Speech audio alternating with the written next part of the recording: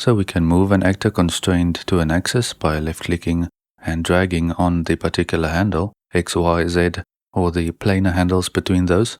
Now we can actually also constrain to an axis in another way, and that is with the actor selected and with the translate tool active. Press and hold Control and left mouse button to move the actor constraint to the X-axis. Pressing and holding Control, right mouse button, click and drag to constrain to the Y-axis, and again Control, right mouse button and left mouse button together to constrain to the Z-axis.